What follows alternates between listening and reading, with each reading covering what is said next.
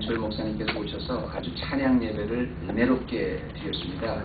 말씀도 많이 은혜를 받았고요. 그런데 지난주에 제가 그 마 목사님을 뵈니까 마 목사님께서는 그런 말씀을 하세요. 정례로 강사로 오셨던 목사님께서 자신도 목회를 하는 그 목회자지만 저희 헤브론 교회에 와서 정말 이런 게 교회구나 라는 그런 감동을 하셨대요. 우리가 그렇게 아름다운 좀 찬양 예배를 드리면서 저는 지난주에 일주일 동안 그런 생각을 한번 해보았습니다. 우리가 제일 처음에 이곳에 들어왔을 때 참 정말 어디서 교회의 장소를 예배당을 구해야 될까 굉장히 고민했는데 전혀 생각하지도 못한, 그리고 이런 구조로 되어 있는 게 저는 한 번도 보지도 못했습니다만 이런 구조를 하나님께서 이곳에 마련해 주셨는데요. 우리가 가는 곳곳마다 사실 좋은 데가 있었는데 저희 교회가 그 안에 있었잖아요. 그래서 저희가 교회가 있는 그 플라자 안에 어떻게 또 교회가 들어오나 해서 또 옮기고 안 들어오고 하다가 하나님께서 이곳에까지 인도해 주셨는데 마침 이곳에 딱 보니까 바로 절이 있어요. 이건 교회가 옆에 있으면 굉장히 부담이 되고 저희가 윤리적으로도 그렇지 않을 텐데 바로 절이 있으니까 부담이 아니라 도전이 되잖아요. 그래서 하나님께서 이 교회를 딱 이렇게 아주 아름다운 곳에 로케이션도 딱 맞는 곳에 하나님께서 인도해 주시니 하나님의 은혜구나. 그래서 우리가 들어오자마자 이제 여기서 락긴을 했죠. 이제 얼마 있으면 우리 청소년 학생들이 이제 수영에 가겠습니다만은 제일 처음에 우리가 들어와서 이 건물 안에서 락긴을 했어요. 근데 그때도 참 감사했어요. 이런 데가 있었을까 감사했지만, 근데 불과 그때하고 지금만 비교해 봐도 또 엄청나게 감사의 조건이 늘었어요. 얼마나 많이 발전시켜 주는지 몰라요. 여러분 오늘 이렇게 보시면 알겠죠. 우리 영상시설이라든가 또 통역시설이라든가 이런 내부적인 시설뿐 아니라 이렇게 페리오를 이렇게 막 고치려 그러고, 저는 2층에서 이렇게 이걸 보러 보면서 교인들이 이렇게 어떻게 좀 아름답게 꾸밀라는 그런 모습을 보면서 너무 감격했어요. 더더구나 이제 우리의 그 자녀인 헤롤 주니어가 지난주에 그런 얘기를 하더라고요. 자기가 무언가 좀 교회를 위해서 좀 하고 싶다고. 그 은혜를 그런 이야기를 들었을 때 뭘 하고 안 하고를 떠나서 어린 학생이 그런 얘기를 들었을 때 제가 느꼈던 것은 참 이게 교회구나. 초대교회 때는 전부가 가정 아니었습니까? 근데 가정이었는데 하나님께서 우리에게 주신 꿈대로 얼바인의 에클레시아를 마치 이루어가는 눈으로 보는 것 같은 그런 생각을 했어요. 하나님께서 다 준비해 주시고 우리는 거기에 따라갔구나. 그러면서 그런 생각이 듭니다. 진짜 지난 날을 돌아보니까 정말로 은혜다. 하나님의 은혜였다. 이곳에 들어온 것도 은혜고 이곳에서 목회를 한 것도 은혜고 여러분을 만나게 해주신 것들은 다 은혜였었어요. 너무너무 은혜에 제가 감격을 합니다. 지난번에 찬양 집회를 끝나고 제가 얼마나 모든 것이 다 은혜라는 걸 감격했는지 몰라요. 숨 쉬는 것 하나, 우리의 코끝에 호흡이 살아있을 때 숨 쉬는 것 하나하나까지도 다 따지고 보면 정말 하나님의 은혜입니다. 여러분 우리가 그리스도인이라면 우리가 양심적으로 내가 그리스도를 믿는다. 그리고 내가 그 그리스도인의 크리스찬의 퍼스펙티브로 오늘 나를 바라본다면 여러분의 과거를 한번 돌아보세요. 지금 현재를 돌아보세요. 환경을 보세요. 지나온 자리 하나하나가 죽을 것 같은데 죽지 않았고 넘어질 것 같은데 넘어지지 않고 쓰러질 것 같은데 아주 꼬꾸라지지 않았던 그 자리 하나하나가 다 내 힘과 내 노력으로 된 게 아닙니다. 다 하나님의 은혜였어요. 그것도 아주 풍성한 하나님의 은혜였어요. 그 은혜가 아니면 우리가 존재할 수 없는 그런 은혜였었다는 말입니다. 하물며 나라는 사람을 나를 포기하고 누르고 예수 그리스도의 복음을 받아들여서 내가 하나님의 자녀로 지금 서 있는 것, 내 나이에 하나님 자녀로 서여준 것, 이거 은혜입니다. 만세전부터 나를 택하여 주시고 무조건적으로 내 이름을 불러주시고 나를 하나님의 자녀로 세워주신 이것 하나가 내가 잘나서가 아니고 하나님께서 나를 무조건적으로 사랑해 주신 풍성한 은혜입니다. 여러분 이 은혜를 은혜답지 못하게 하는 게 뭔지 아세요? 이렇게 풍성한 은혜를 끈질기게 은혜답지 못하게 하는 게 있는데 그게 뭐냐면 바로 나라는 율법입니다. 이 나라는 율법이요 얼마나 나를 강하게 누르냐면 끈질기게 괴롭히냐면 어떻게 보면 좋아 보여요. 근데 좋아 보이는 것까지도 사실은 굉장히 힘든 거죠. 여러분 그런 이해 아시죠? 어떤 할머니가 무거운 짐을 탁 머리에 안고 가는데 택시를 타고 가던 아저씨가 너무 마음이 안 돼서 할머니 차에 태워드릴게요 그랬더니 아유 고맙습니다. 차에 딱 탔는데 차에 타면서도 자기의 그 머리에 있는 짐은 안 내려놓는 거예요. 할머니 그 운전을 하시는 은자 아저씨가 그 짐 좀 내려놓으세요. 힘드시잖아요. 아유 태워주신 것만 해도 고마운데 제가 이거예요. 그래서 차 안에서 그걸 이고 가는 거예요. 그 보는 사람이 얼마나 안타까워요. 그건 예의 바른 것도 아니라 미련한 거죠. 우리가 예수 그리스도의 은혜로 하나님 앞에 서게 됐어요. 그 풍성함 때문에 하나님 앞에 이렇게 서게 됐어요. 근데도 우리의 죄의 짐을 우리의 무거운 거를 우리 스스로의 그 짐을 계속 우리 스스로 지고 가는 거예요. 얼마나 안타깝겠어요. 오늘 빌립보서를 시작한 지 벌써 6번째가 됐습니다. 6번째 6강 시간인데요. 그 바울이 빌립보 교회에서 서신을 쓰면서 쓰신 그 이유에 대해서 쭉 우리가 봤습니다. 근데 그 주제는 지금까지 6번 보면서 주제는 뭐였죠?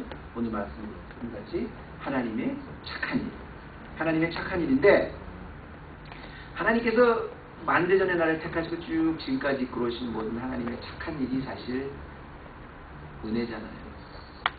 그리고 나를 계속 만들어 가셔서 결국은 하나님의 나라에 완성하신 게 하나님의 목표인데 그 하나님의 착한 일이 따지고 보면 내일이 아니라 하나님의 은혜예요. 풍성하신 은혜예요.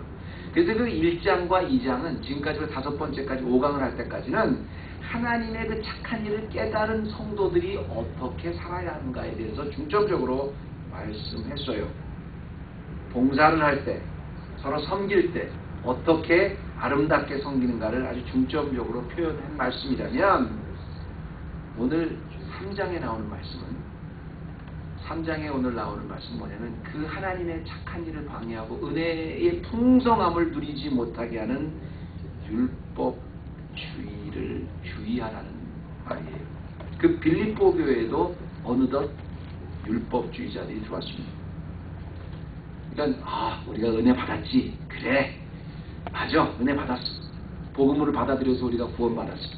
맞아. 그런데 여전히 우리가 그동안 유대인으로 지켜왔던 할례도 받아야 돼. 그래야지 구원을 받을 수 있어요. 그러면서 그 옛날에 유대인들이 쭉 지켜왔던 전통도 같이 지켜야 된다고 그 주장하는 그런 사람들이 빌립보 교회에 돌아와서 그걸 경고하는 말씀이에요. 근데 오늘 여러분은 잘 좀 말씀을 좀 쫓아가셨으면 좋겠는데요. 이게 좀 배경이 있어요.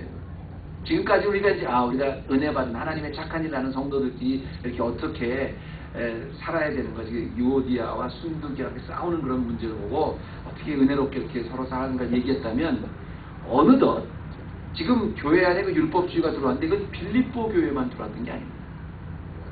바울이 지금 목회했던 모든 교회마다 바울을 예루살렘에서 계속 따라다니면서 끈질기게 바울의 목회를 방해했던 게 뭐냐면 율법주의였어요. 율법의 전통을 지켜야 된다. 그래서 빌립보 교회뿐 아니라 고린도 교회에서도 마찬가지였어요. 고린도 교회도 그대로 나옵니다. 똑같은 내용. 갈라디아서 쓸 때 똑같이 나와요. 바울이 어디 가서 목회를 할 때마다 항상 외부로부터 집요하게 공격을 받은 게 있었는데 그래 맞아. 복음 예수 그리스도로 은혜 받아서 그래도 우리가 유대인으로 살아온 이 전통은 지켜야 된다는 거예요. 똑같이 지켜야 된다는 거예요.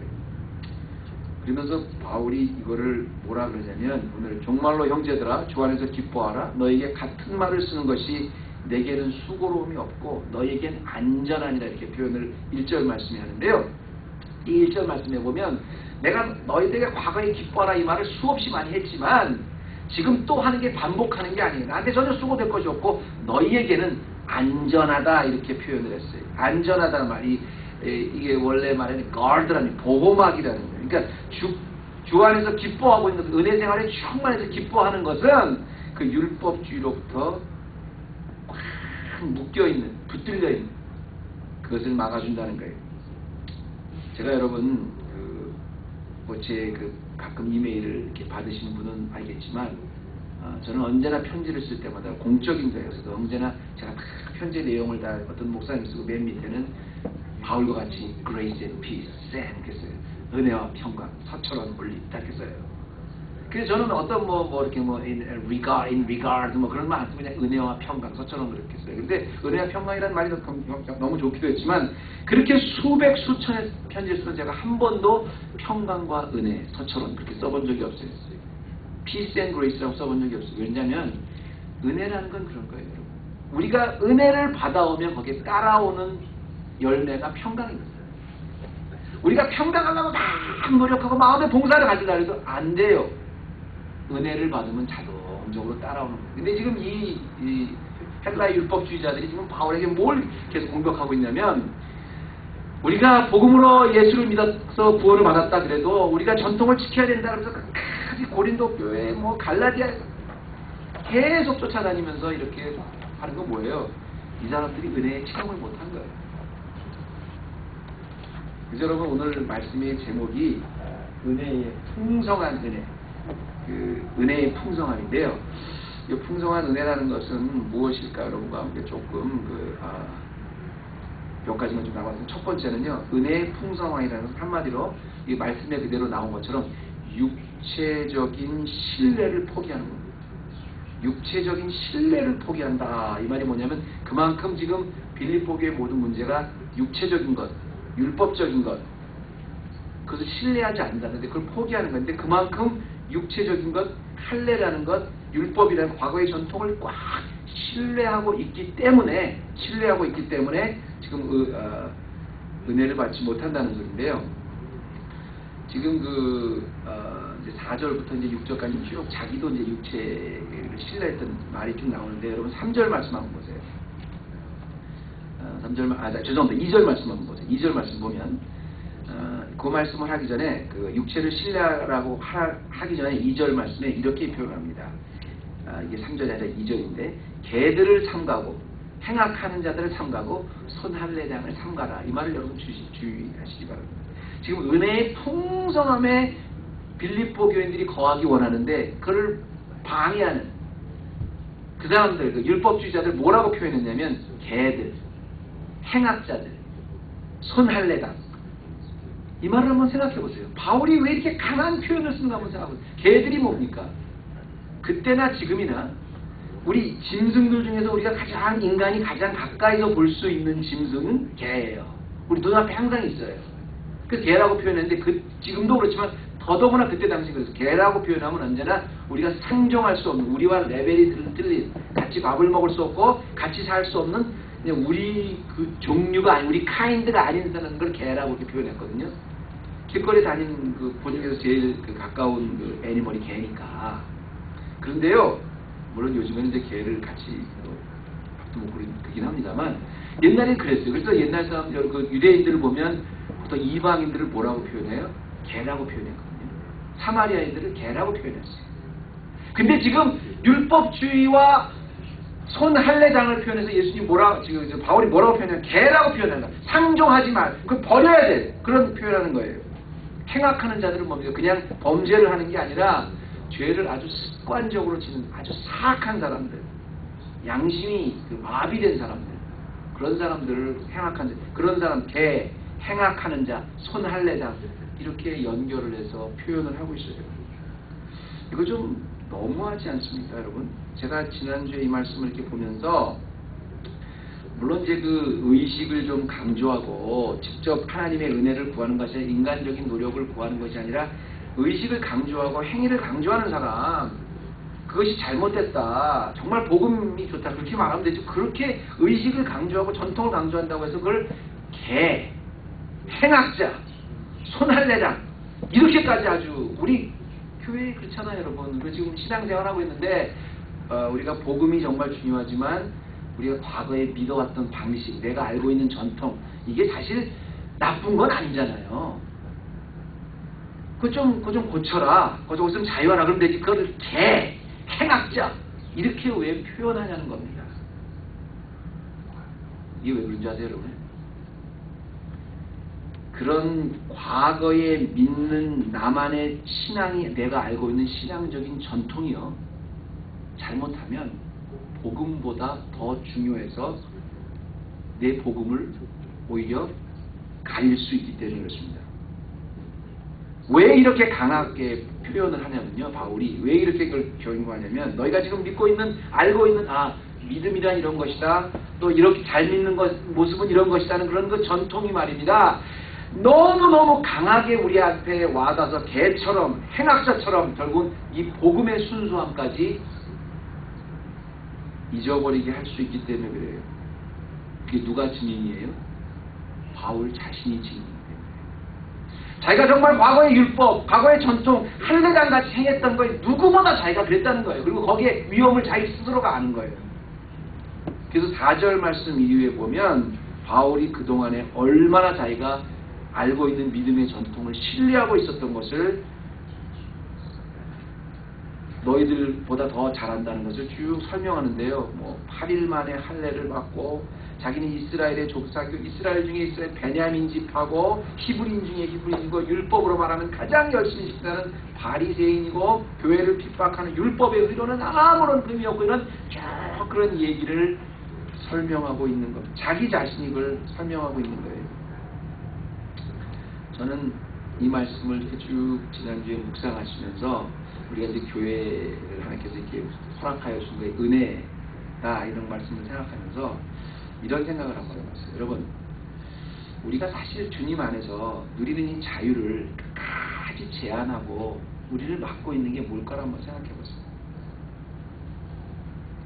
내가 지금 믿고 있는 바, 내가 지금 알고 있는 바, 내가 지금 이렇게 되고 싶어 하는 그런 그 신앙의 모습 말입니다. 거기에 내가 묶여가지고 하나님이 진정으로 나에게 원하시는 그 풍성한 은혜는 전혀 체험하지 못합니다. 바울과 같이. 여러분께 이 말씀을 어떻게 좀 설명을 드릴까. 은혜와 우리가 하는 나의 노력, 끝내 버리지 못하는 내가 그 은혜의 그 경험하는데 버리지 못한 노력과의 갈등을 어떻게 설명할까. 제가 이런 예가 떠올랐어요. 하나님의 능력이 무한하신 건 여러분 알죠.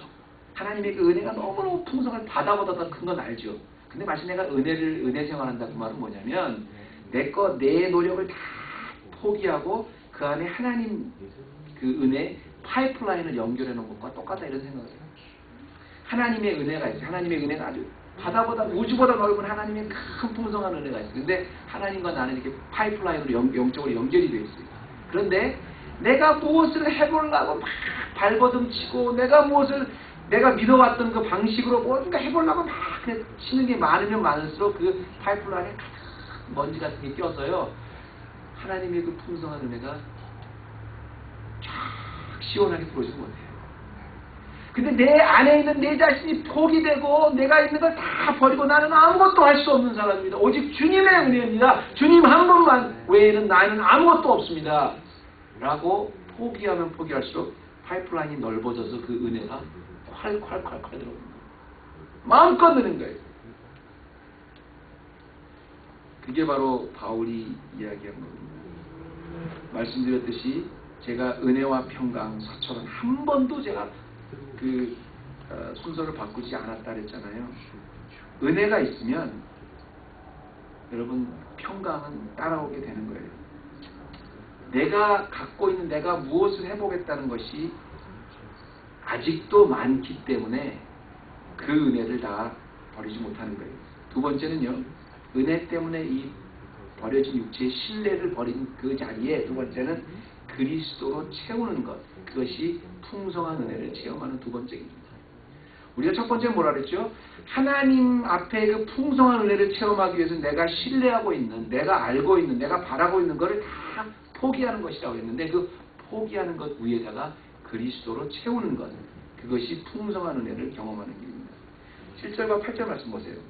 자기도 이제 그렇게 풍성한 은혜를 경험하지 못했다 그런 얘기를 하면서 그 7절과 8절 말씀 보면 굉장히 바울이 비교급으로 얘기하는데 그러나 무엇이든지 내게 유익하던 것을 내가 그리스도를 위하여 다 해로 여겼다 그랬어요. 그동안 내가 유익하다고 생각했던 거 다 해로 여길 뿐 아니라 그 해로 여긴 것은 내 주 그리스도 예수를 아는 지식이 가장 고상함이다. 그러면서 뭐라 그러냐면 지금까지가 자기가 알고 있던 것, 지금까지 자기가 믿었던 것, 지금까지 자기가 노력했던 것, 지금까지 열심히 스트럭을 했던 모든 걸 다 배설물처럼 여겼다. 이렇게 얘기했어요. 왜? 새로 알게 된, 새로 만나게 된 그 가치가 너무 크다 보니까 그걸 보고 나니까 과거에 제가 믿고 있던 게 전부 배설물처럼 보였다는 겁니다. 참 중요한 표현이라고 생각해요. 굉장히 sarcastic한 것 같지만 굉장히 중요한 표현을 생각하는 게 내가 그리스도를 만나고 그리스도의 능력과 그리스도의 소중함을 깨닫고 나니까 그동안 나를 채웠던 게 별로 좀 하찮아 보이더라. 그게 아니라 그동안 내가 믿고 있었던 게 정말 이게 최고의 선이다. 이렇게 돼야 된다고 생각했던 게 전부 다 배설물처럼 여겨졌다는 거예요.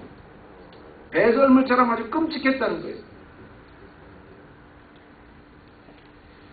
지금 그 2절과 3절에 보면 그 할례주의자들이 나오지 않습니까? 전통과 관습에 묶여있는 할례자들이 이렇게 나오는데 나도 옛날에 그랬었다. 다른 나라 가까워서 나도 옛날에 그랬는데 그것이 전부 배설물 같이 엮여졌다는 거예요.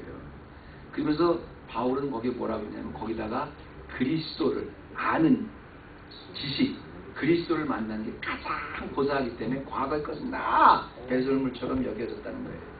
지금까지는 하나님을 만나기 위한 방편이었을 뿐이지 그게 목표도 아니라는 거죠. 글쎄요, 제가 빌립보서 3장 1절에서 16절을 이렇게 우리가 강의할 차례가 돼서 그런지 몰라도 지난주에 제가 교단에 어떤 목사님을 만나서 이야기를 하다가 하여튼 이야기가 좀 길어졌어요. 근데 마침 여기에 관한 이야기였었어요. 너무너무 바울은 지금까지 자기가 열심히 누구보다 열심히 믿고 있었는데 그 열심을 다 배설물처럼 여기고 그리스도라는 지식만이 최고다 이렇게 했다는 이 말씀을 제가 이제 준비하고 있어서 그랬는지 모르겠는데요. 나이도 많으시고 굉장히 좀 경험도 많으신 목회자이신데 너무너무 토론을 하다가 제가 나중에 그냥 포기를 했어요. 이게 안 되겠다. 왜냐하면 조금 더 이렇게 내가 내 주장을 하다가는 잘못하면 목사님 기분 상하시겠다 해서 그냥 목사님 그러죠. 그러고 제가 했어요. 근데 거기서 제가 뭘 봤냐면 우리 교회가요. 한국 교회는 알다시피 여러분 얼마나 정말로 교회 안에서 한국 교회에서 만들어 놓은 그 전통이 복음보다 더 위인가, 자기 신앙보다 더 위인가를 제가 너무 절실하게 깨달았어요. 한국 교회는 알다시피 장로교도 장로교고 감리교도 장로교고 성결교도 장로교고 다 장로교. 근데 그 장로교도 세계 유일이 없는 걸 16세기 스코틀랜드 장로교적인 그런 그 전통이 있어요. 근데 그게 마치 복음보다 더 중요해요. 우리가 교회 가면 어떻게 직분을 세우고 어떻게 해서 건물을 사고 어떻게 해서 예배를 드리고 헌금을 할 때는 어떻게 하고 그다음에 새벽 기도를 나올 때는 어떻게 하고 수요 예배를 어떻게 하고 금요 예배를 어떻게 하고 지금까지 우리 할머니 때부터 내려오는 한국 교회만이 들어오는 전통이 있어요. 그리고 그거를 충실히 하면 굉장히 신앙의 되게 깊은 그런 단계. 그렇지 못하면 헌금 생활도 그렇고 복음도 그렇고 성교도 그렇고 그걸 안 하면 신앙이 굉장히 낮은 단계. 이렇게 생각을 해요. 그리고 거의 모든 그 잣대로 그걸 바라봐요. 그래서 제가 그게 얼마만큼 중요한데 정말 바울이 얘기한 것처럼 그걸 다 행악하는 자들만큼 그걸 복음보다 더 중요시 여기에요. 못 내려오는 거예요. 싸움이 나겠어요. 제가 목사님 알겠습니다. 제가 무슨 말씀인지 알겠어요. 그러고 제가 그걸 얻었는데요. 여러분 사실 그렇잖아요. 예수 그리스도의 복음 안에서요. 가만히 보세요. 성경 말씀에서 이야기하는 것, 우리에게 어떤 사람이 되라는 그것과 우리가 지금까지 믿고 있어서 어떻게 하면 좋은 신앙의 그 사람이 되는가, 이 이야기는요 굉장히 차이가 납니다. 물론 몇 년 됐습니다만은 여러분 기억하시면 모르겠는데 한국 기독교 서점에 아주 공전의 히트를 쳤던 책이 있었습니다. 더 내려놓음이라는 책이 있었어요. 이용규 선교사님이 쓴 책인데 왜 더 내려놓음이냐면 이분이 그 내려놓음이라는 책을 한번 썼어요. 근데 그거는 뭐냐면 그때 제가 굉장히 많이 공감을 했었는데 그건 뭐냐면 하버드대학, 서울대학원을 하고 하버드대학에서 PhD를 받았어요. 그러니까 오락병들이 많잖아요. 그런데 하버드대학 PhD 받고 몽고로 선교사를 갔어요. 그러니까 얼마나 자기를 많이 내려놓은 겁니까? 그렇죠? 그러니까 자기는 많은 사람들이 어떻게 하버드까지 나오고 하버드에서 PhD라고 서울대학을 나오시면 어떻게 다 이렇게 다 내려놓고 몽고에 선교사로 갔어요. 그렇게 내는데 정녕 자기는 몽고 선교사를 갔는데도 너무 많이 내려놓지 못한 게 많이 있었다. 많은 사람들은 그걸 다 내려놨다고 생각하는데 알고 보니까 자기의 마음속에 내려놓지 못한 게 너무 많았다는 거예요. 그래서 그 다음 책이 더 내려놓습니다. 제가 왜 굳이 몇 년 전에 그 유행했던 그 책을 인용하면서 그 생각이 나서 제가 여러분한테 말씀드리려면, 우리가 하나님의 풍성한 은혜를 체험하려고 하면 우리의 모든 것을 다 내려놔야 됩니다. 그럼 우리가 뭐라고 생각하냐면, 우리가 갖고 있는 뭐 재산, 우리가 갖고 있는 뭐 시간, 우리가 갖고 있는 타이틀, 이런 거 다 포기해야 된다고. 다 포기해야 되는 그곳에 말입니다.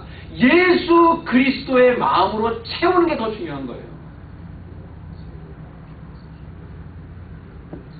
내 마음에 있는 모든 욕망을 다 내려놓는 그 자리에 하나님의 뜻으로 가득 채우는 거, 이게 바로 우리가 불교에서 말하는 그냥 내려놓는, 불교에서 말하는 소위 선행과 틀린 거예요. 불교에서 말하는 나의 욕망을 버리는 만큼 뭐 무소유 뭐 이런 게 다 나를 아니요, 마음속에 있는 것까지, 내가 겉에 있는 것을 다 버렸다면 마음에 있는 것까지 다 포기해야, 이용규 선교사님까지 포기해야 되지만, 그 포기한 자리에 그리스도로 채워야 되는 게 다른 종교와 틀린 겁니다. 여기에 바울의 신비가 있는 거예요. 때로는요, 우리가 다 내려놨다고 해도 마음속에 들어오는 게 우리 빈 마음속에 예수 그리스도 채우지 않으면요, 이게 왜 중요하냐면, 때로는 내가 아무리 가지고 싶어도 주님이 버리라고 하실 때가 있습니다. 반면에 내가 아무리 다 내려놓고 버리고 싶어도 주님이 그냥 계속 갖고 있으라고 할 때가 있어요. 내가 다 포기하고 버린 그 자리에 주님이 나를 통치하시고 주님이 나에게 무엇을 원하시는가, 그 주님으로 가득 채워야지만 정말로 은혜의 풍성함이 있을 수 있습니다. 바울은 이 신비를 이렇게 해서 설명했어요. 내가 죽는다는 건 없어지는 것, 수명이 끊어지지 않는 것 아닙니까? 십자가에 나를 못 박는다는 건 나를 죽는다는 거 아니에요. 그리고 거기서 그리스도가 살아있으면 그때 은혜의 풍성함을 경험하게 됩니다. 마지막입니다. 이 은혜의 풍성함을 경험한다는 것은 뭐냐면, 인생의 방향을 잘 설정해서 준다는 거예요. 이 은혜의 풍성함이요, 인생의 방향을 결정해줘요. 내가 걸어가고 있는 그 길을 결정해준단 말입니다. 바울, 빌립보 교인들이요, 은혜가 율법과 틀림을 설명하면서 참 중요한 도전을 했는데, 여러분 이 말씀을 알기 위해서 결론적으로 우리가 한번 좀 교독을 좀 해봤으면 좋겠어요. 저 혼자 읽지 말고요. 제가 12절을 읽을 테니까 여러분이 제가 12절, 13절 읽을 테니까 여러분이 14절은 다 같이 한번 여러분 읽었으면 좋겠어요. 제가 12절을 읽을게요. 제가 12절, 13절 읽을 테니까 여러분이 14절은 다 같이 한번 읽어주셨으면 좋겠는데요. 내가 이미 얻었담도 아니요 온전히 이루었담도 아니라 오직 내가 그리스도 예수께 잡힌 바 된 바 그것을 잡으려고 쫓아나가노라. 형제들아, 아직 내가 잡은 줄로 여기지 아니하고 오직 한 일, 즉 뒤에 있는 것은 잊어버리고 앞에 있는 것을 잡고. 지금까지는 다 지금 바울이 얘기한 걸 설명하는 거예요. 14절 다 같이 해볼까요? 표대를 향하여 그리스도 예수 안에서 하나님이 위에서 부르신 부르심의 상을 위하여 쫓아가노라 그랬거든요. 이 말을 여러분 좀 줄을 쳤으면 좋겠는데요. 우리가 정말 은혜의 풍성함을 경험하기 위해서는 내가 과거에 내가 알고 있는 육신에 그 의지하고 있던 것을 내 스스로 옳다고 생각했던 걸 다 버려야 돼요. 맞아요. 그리고 다 버리고 나서 거기에 그리스도로 채워야 돼요. 그럼 우리가 변화되는 게 있습니다. 뭐가 변화되는 줄 아세요? 그러면 내가 이제 못됐던 사람이 착한 사람이 되나? 내가 그럼 이제 다 버리고 그리스도로 채워지고 나면 그다음부터는 이제 형편없는 사람이 위대한 사람이 되나? 아니요. 여전히 나는 죄인이고 여전히 나는 모자라고 여전히 나는 하나님 앞에 부족한 허물 많은 사람이에요. 다만 내가 지금 가고 있는 방향이 틀려져요. 표대가 틀려져요. 목표가 틀려져요. 이 말을 너무너무 바울이 참 잘 설명했는데 16절에 보면 그렇게 나왔지 않습니까? 오직 우리가 어디까지 이르렀든지 그대로 행할 것이다. 이 말 굉장히 중요한 말이에요. 우리 제인 집사님 영어 성경 가지고 계시면 한번, 누구 영어 성경 가지고 계시면 있어요? Anyone who has an English Bible? 제가 오늘 예, 맞습니다. 아주 우리 아마 제 생각에는 New King James Version이죠. 네. Alright. only let us live up to what we have already attained. 저는 이 말이요 너무너무 그 뉴 킹 제임스 버전에 그 for even when I was in 죄송합니다. 16절에 그 only let us live up to what we have already attained. 우리가 어디까지 이르렀든지 그대로 행할 것이라. 이 말씀이 여러분 이 표대를 정하라면서 제가 이 말씀을 이야기했던 이유는 뭐냐면요. 하나님의 은혜를 받아서 우리가 회개해서 다 포기했어요. 마음속에 있는 거 다 내려놨어요. 그리고 그 안에 그리스도로 채웠어요. 그러면 방향이 틀려진다 그랬죠. 그럼 그게 우리의 완성된 모습은 아닙니다. 하나님이 매일매일 그걸 통해서 매일매일 삶을 통해서 나를 때로는 시험을 통해서 때로는 축복을 통해서 계속 만드셔서 하나님이 원하시는 글로리피케이션 그 순간까지 데려가시는 거예요. 그런데 그 하나님의 가는 방향은 다 틀리지만 방향은 다 똑같아요. 표대는 다 똑같지만 뭐는 틀려요? 완성된 수준은 다 틀린 거예요. 지금 바울이 지금 무슨 얘기를 하고 있는 거냐면요. 16절에 우리가 어느 곳에 있든지 그대로 행하라. 이 말은 뭐냐면 아우스터케인이라는 헬라어는 뭐냐면 다 수준은 틀리지만 방향이 똑같으니까 보조를 맞추면 서로 걸어가는 거예요. 하나님이 나를 여기까지 만드신 사람이 있어요. 여기까지 만드신 사람이 있어요. 여기까지 만드신 사람이 아니면 아직 여기 있는 사람이 있어요. 우리 일생을 걸어가면서 여기서부터 여기까지 다 수준이 다 틀리지만 뭐는 틀려요? 방향은 다 틀려요. 이게 하나님의 착한 일을 하는 한 사람 한 사람의 모습입니다. 이렇게 생각하시면 돼요, 여러분. 성도들의 은혜는 받지만 믿음의 수준은 다 틀려요. 하나님 앞에 수준은 다 틀리지만 방향은 한 군데로 똑같아요. 바울이 전에도 하나님을 향한 열심이 분명히 있었습니다. 예수 그리스도를 만나기 전에 분명히 열심이 있었어요. 근데 그 열심은 뭐였어요? 어떤 열심이에요? 잘못된 열심이었었죠. 하나님이 원하는 열심이 아니었어요. 그런데 과거에 바울이 지금만큼 예수 그리스도를 알 만큼 열심이 과거에는 없었느냐? 아니요. 지금만큼 지금 못지않게 과거에도 하나님을 하는 열심은 있었어요. 근데 뭐가 문제예요? 방향이 잘못된 거예요. 하나님이 원하는 그런 열심이 아니었어요. 왜냐하면 바울은요 굉장히 기질적으로 말하면 담즙질의 사람이었어요. 소위 클래리지였었기 때문에 이런 사람이 되게 누가 되냐면 이제 대기업 회장, 군인, 장군 이런 사람이 되는 그런 기질에 있었던 사람이기 때문에 한번 하나님의 사람을 핍박한다, 교회가 잘못된 것이다 핍박한다 그러면 집요하게 끈질기게 스테반이라는 사람을 죽이고 나서도 금방 다시 살기 등등해서 다메섹으로 가는 그런 열의가 있었던 사람이 바울입니다. 근데 뭐가 잘못된 거예요? 하나님을 위한 열심이 안 하죠. 그가 예수를 만나고 예수를 만났어요. 예수를 딱 만났어요. 예수를 딱 만나고 나니까 그 다음에는 그렇게 좋은 예수님 그 은혜의 풍성함을 경험하고 나니까 그의 기질이 바뀌던가요? 아니요. 기질은 안 바뀌었어요. 자기가 오히려 맞아 죽는데도 불구하고 다른 사람하고 위축됐을 텐데 내가 로마도 보아야 하리라 그러면서 계속 들어가 똑같았어요 옛날하고. 단지 뭐만 바뀐 거예요? 방향만 바뀐 거예요. 하나님이 원하시는 방향으로 가는 거예요. 우리가 자꾸 잘못하는데요. 뭔가 잘못 생각하는 게 있는데 왜냐면 우리가 이제 과거에 몰랐다가 은혜 받고 변한 거라 그러면 뭐라고 생각하냐면 저 사람 참 변했어. 옛날에는 선교도 안 가고 옛날에는 헌금도 안 하고 옛날에는 제자훈련에도 안 나오던 사람이 그냥 은혜 받고 나서 그냥 얼마나 많이 변했는지 몰라. 얼마나 많이 가든지 열심히 적극적인 것을 우리가 변했다고 생각해요. 아니래. 하나님이 원하시는 것은 그 사람은요 적극적이라는 건 뭐냐면 그만큼 성품이 적극적인 게 그 사람의 기질이에요. 굉장히 열심히 일하는 사람이 있어요. 막 봉사. 저 사람 굉장히 변했어. 만약에 그분이 만약에 불교 신자였어요. 그분도 굉장히 그렇게 열심히 일하세요. 불교 신자도 마찬가지예요. 나쁜 게 전혀 아니라 하나님이 적극적인 성격에 있는 사람은 예수를 믿고도 적극적으로 그렇게 하시고요. 조용한 성격에 있는 사람은 예수를 믿고도 해요. 다만 우리가 변했다는 건 뭐냐면 우리의 방향이 어디로 가는 것인가. 그게 우리 변했다는 거예요. 여러분 내가 조용한 사람이다. 그래서 내가 팔 걷어붙이고 못한다. 그래도요 디모데 같은 사람도 변하고도 끝까지 디모데 같이 행동했어요.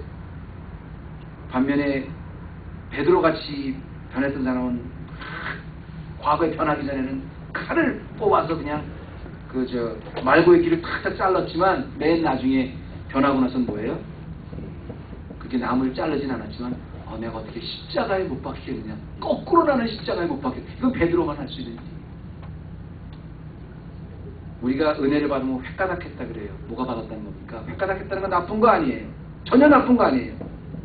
획가닥했다는 거는 내 기질이 바뀌었다는 게 아니라 나의 성품이 바뀌었다는 게 아니라 내 인생의 방향이 바뀌었다. 여러분의 성품, 여러분의 성격 하나님이 그대로 사용하세요. 좋은 쪽으로 사용하세요. 이게 바로 은혜의 신비입니다. 근데 우리는 우리가 정해놓은 걸 가지고 남들을 평가를 해요. 제가 이 예화를 하나 마치고 여러분에게 이 말씀을 마치려고. 여러분, 옛날에 그 학교 다닐 때 한국에서 영어 혹시 그 수업을 택하신 분은 영어 수업을 이제 어렸을 때 오신 분은 모르겠지만 영어 최소한 그 수업을 택한 분은 이런 예화를 분명히 주셨을 거예요. 천재는 1%의 영감과 99%의 노력이다. 이런 그 에디슨이 한 말을 한 번은 들어보셨을 거예요. 이게 영어로 한 번의 그 1%의 그 인스피레이션이라는 거예요. 와 이제 99%의 노력이라는 걸 갖고 이제 비교를 했는데, 많이도 우리가 뭐라고 생각하냐면 이거는 천재를 만드는 거는 1%의 그 영감과 99배 더 중요한 노력이 그만큼 중요하다고 말하지만 그런 뜻으로 에디슨이 말한 게 아닙니다. 에디슨이 그때 얘기했을 때 뭐냐면, 보통 우리가 열심히 노력하고 모든 사람이 다 99% 노력한다 그래도 천재를 만드는 것은 거기에 그 1%의 천재적 영감이 있으면 안 된다는 걸 말한 거였어요.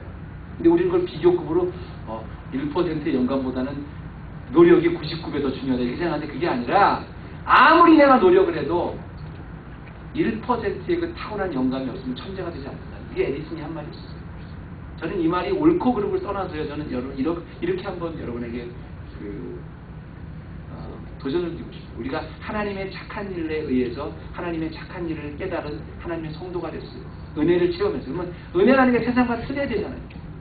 세상의 모든 사람이 뭐 축복받고 뭐 노력하고 또 잘되고 어떻게 성품이 되고 도덕적으로 어떻게 훈련을 받고 다 돼도요, 정말 예수 그리스도를 만나서 예수 그리스도에 받은 은혜 그 1%의 기본이 없으면요, 이 신비를 절대로 깨닫지 못합니다. 여러분에게 이런 말씀으로 도전을 드리고 싶습니다.